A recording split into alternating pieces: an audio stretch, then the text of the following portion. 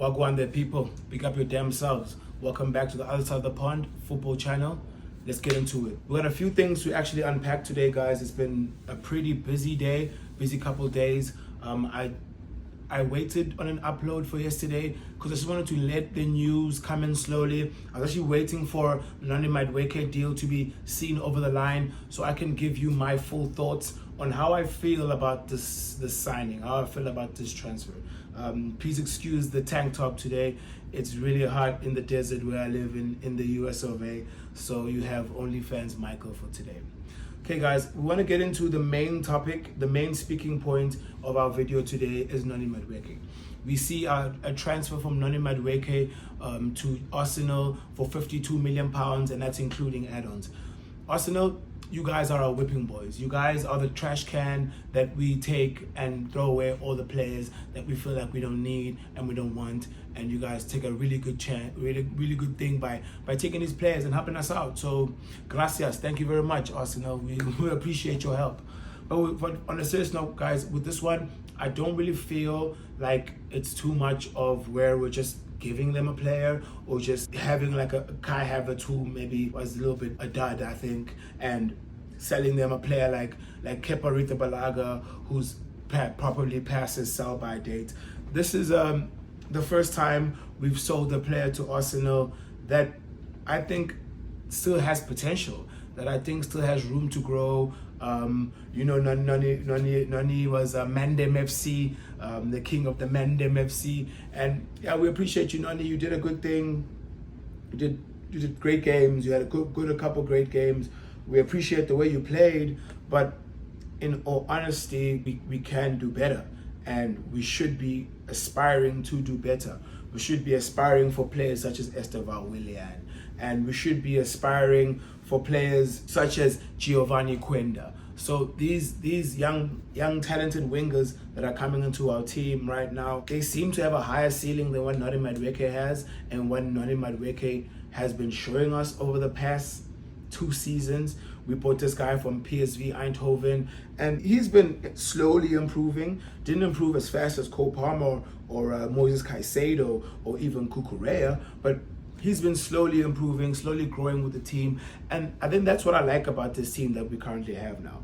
Where we can say anything we want about Bluco and the players they bought and these young talents that they brought into the team, but actually watching a lot of them improve, watching them grow, it makes us feel like we're more in tune with them, and more in tune with their development, and in tune with the men they're becoming or the players they're becoming. So it gives us a bigger connection to the team, I think, which is pretty good, which is a pretty fantastic thing.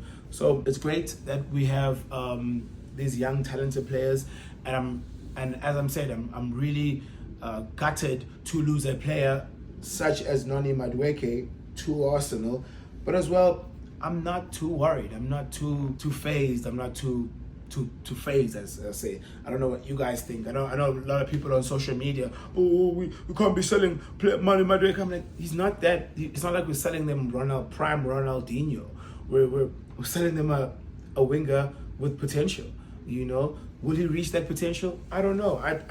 I don't see Noni searching those higher upper echelons of the game. I don't see that out of him. I see him just being a good, really good, decent Premier League player, and that's it. So thank you, Noni, for what you've done.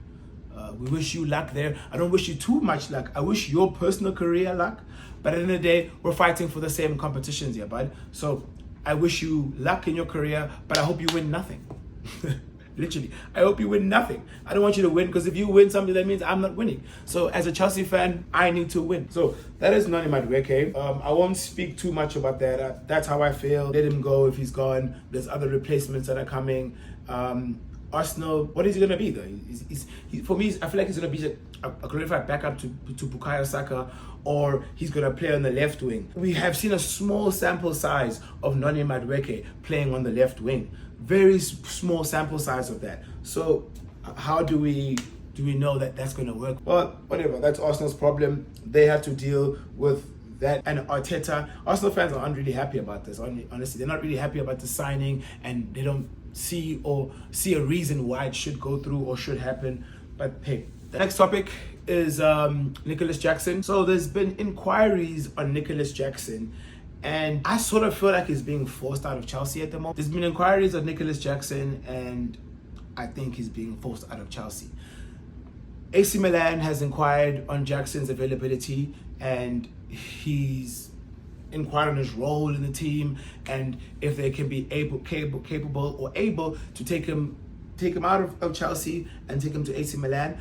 Right now, Italian clubs are having a very problem with finances. They're just in this weird financial era of theirs, and they don't have the buying powers of before. So they honestly don't have the buying power to buy a player like Nicholas Jackson. So I don't see them being able to afford it. Maybe Napoli, but I don't see teams like AC Milan or Juve being able to afford a significant transfer fee that Chelsea would command for Nicholas Jackson. So if Nicholas Jackson does leave, it's probably the Premier League, maybe La Liga, maybe he goes back to La Liga. But I think if he leaves, he's probably staying in and around the Premier League. And it would be a bit of a shame to see Nicholas Jackson playing in the Premier League for a different team other than Chelsea. You know, because I feel like we've been through the hard times with Nicholas Jackson. We've been through the difficult moments with him. And I hate for us to go through those difficult moments with players and then for other people to enjoy your fruits of your labor. That's like when you're with a woman. Like I'm gonna make an example. You've dated this woman for 3 years, and then arguments and situations start to happen, and you just want to run away. You've invested in this woman. You've been through the tough times of getting to know this person, of getting to grow with them. Stay, carry on, see this out. You know. So I think we should. That's my opinion on Nicholas Jackson. Even though he is the pensioned person that he is, I would like to have him play the rest of the season as a Chelsea player with the minimal games that he has, and let's see what he can offer the team. Because I do think when it comes to ball playing on the ball, he's better than Delap. Not better than Joao Pedro, but better than Delap. You know, so Delap is more of a bully, more of a push you around, more of a hustle and move and, you know, get in your face, get in the opposition's face and strike a goal if possible. So I would really like to see Nicholas Jackson stay. Chelsea's always been known for 3 strikers. We're in the Champions League. Having 3 strikers is not terrible for us. It's actually great. So yeah, I think Nico Jackson should stay, try to fight for his position. And who knows? Maybe he can make his way out. Maybe he can find a way to win this game, or find a way to win this personal challenge that he's currently in with the 2 strikers that have been. Now I want to speak about the game with PSG. So I guess briefly end up. How do you guys feel about this game? Do you guys feel like we can affect this game? Like, do you guys feel like we can change this game? Do you guys feel like we can score goals and win this game? For some reason, I do. I know for a fact we're going to defend better than Real Madrid, you know? That is for sure. We're going to press way better than Real Madrid did, because Real Madrid tried to press. But see, with the press against a team like PSG, we all have, you know? The press cannot begin from the midfield. So if Vinicius, Mbappe, and I can't remember who else was that. There's that kid he's been playing up front, the 3 of them. If the 3 of them aren't pressing the defenders on the ball, and the only ones who are pressing is the midfield, pushing up and press with the defense, you leave gaps. The midfield gets separated too far from the defensive line, and you leave gaps in between the defensive line and the midfield. And beautiful players or fantastic players, that's where they love to operate. Players like Cole Palmer and all this love to operate in those spaces in between the defenders, the defensive line, and the midfield line. So I know that we're gonna press PSG way better than what Real Madrid did. We're gonna be able to suffocate them a little bit more into their own half, and if we can keep them a little bit more suffocated and operating in tight spaces, we can nick the ball out of them, you know. And that's my thing, is that if we press these guys and just nick the ball out of them, we can hurt them in positions that they're not used to being hurt in.